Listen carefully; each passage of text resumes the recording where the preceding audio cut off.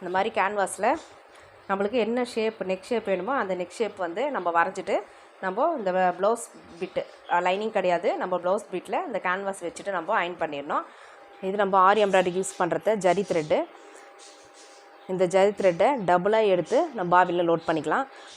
First outline ஒரு plain stitch போட்டுக்கலாம்.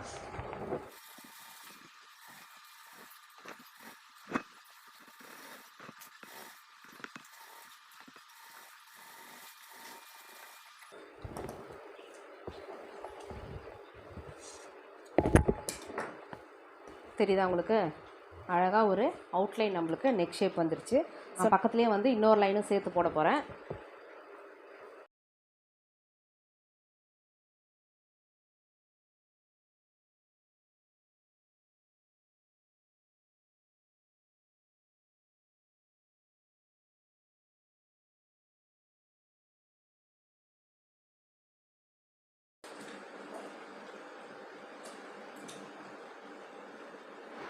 இப்போ பாருங்கள், நம்ம டபுள் ஸ்டிச் போட்டாச்சு.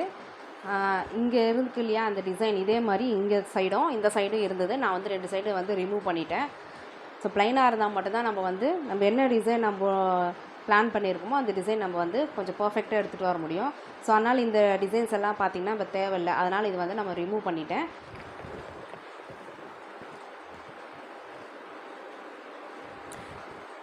இப்போ தெரியுதா உங்களுக்கு? டபுள் ஸ்டிச் போட்டதுக்கப்புறம் எவ்வளோ உங்களுக்கு மேட்சிங்காக கரெக்டாக பர்ஃபெக்டாக வந்திருக்கு பாருங்கள்.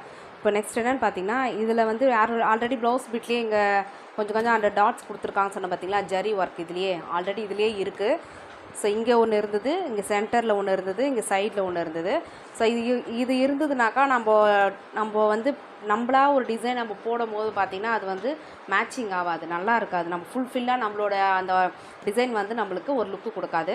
ஸோ அதனால் என்ன பண்ணேன், இந்த 3 டிசைனை நான் என்ன பண்ணிட்டேன்னா நான் ரிமூவ் பண்ணிட்டேன். நம்ம நார்மல் ஜரி தான் நம்ம கட் பண்ணாலே வந்துடும். அதனால் நம்ம கட் பண்ணி நான் ரிமூவ் பண்ணிட்டேன். இப்போ நெக்ஸ்ட்டு இதில் என்ன டிசைன் போகிறது, நம்ம பேக் சைடு வந்து கேன்வாஸ் இருக்கு இல்லையா, இந்த கேன்வாஸில் நம்ம என்ன டிசைன் வேணுமோ அந்த டிசைன் ஃபஸ்ட்டு வந்து நம்ம ட்ரா பண்ணிக்கலாம்.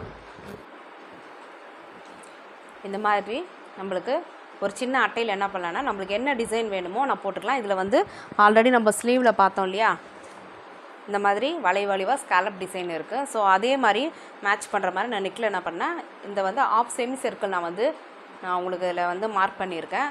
ஸோ மார்க் பண்ணி இதை கட் பண்ணி எடுத்து இதை அப்படியே வச்சு நம்ம இதில் வந்து ட்ரா பண்ணிக்கலாம். ஃபஸ்ட்டு இங்கே நெக்கோட மிடிலேருந்து ஸ்டார்ட் பண்ணலாம்.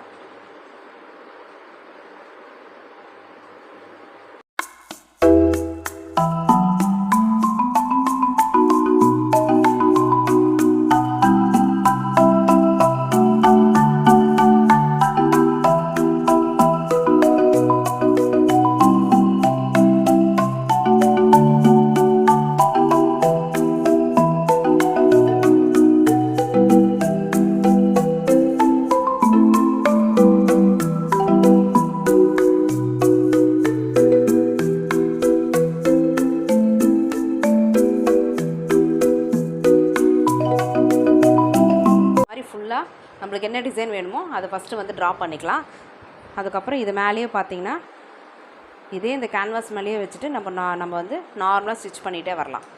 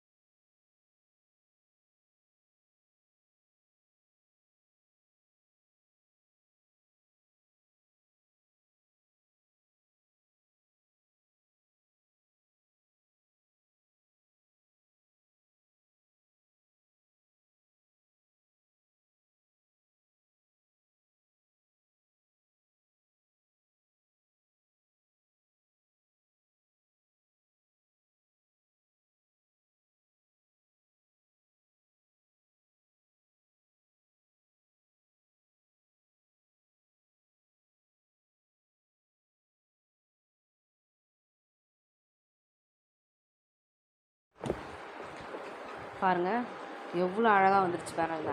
நம்ம மிஷின் எம்ப்ராய்டரி எதுவுமே யூஸ் பண்ணல. நார்மலாக நம்ம தைக்கிற மிஷின்லேயே தான் நம்ம ஜரி த்ரெட்டை நம்ம பாபினில் லோட் பண்ணிவிட்டு நம்ம ஸ்டிச்சஸ் நார்மல் தைக்கிற ஸ்டிச்சஸ் நம்ம போட்டாலே இவ்வளோ பர்ஃபெக்டாக நம்மளுக்கு மிஷின் எம்ப்ராய்டரி மாதிரி எவ்வளோ அழகாக வந்திருக்கு பாருங்கள்.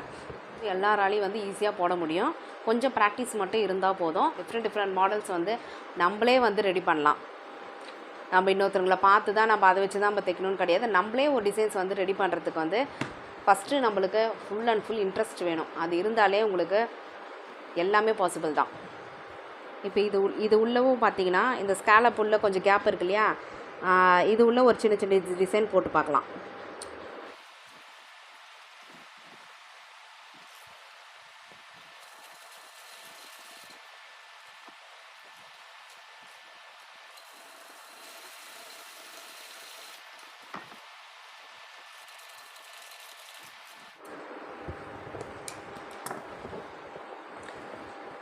உங்களுக்கு தெரியுதா எவ்வளோ செம்மையாக வந்துருக்கு பாருங்கள் டிசைன். இது உள்ள ஃபுல்லாக எல்லா ஸ்காலப்லேயும் நம்ம டிசைன் நம்ம இந்த மாதிரி ஃபில் பண்ணிவிட்டு இந்த அவுட்லைன்ஸோ இல்லை உள்ள இந்த ஒரு இடத்துலையோ நம்மளோட ஐடியாஸ் நம்மளுக்கு எப்படி பீட்ஸ் வைக்கிறதா இல்லை ஸ்டோன் வைக்கிறதா நம்ம என்னவோ நம்ம ஃபினிஷ் பண்ணதுக்கப்புறம் பார்த்துக்கலாம். இப்போ இந்த டிசைன் வந்து ஒன்று போட்டு பார்த்துருக்கோம், நல்லாயிருக்கு. ஸோ இதே மாதிரி எல்லா ஸ்காலப்லேயும் நம்ம ஃபில் பண்ணிக்கலாம்.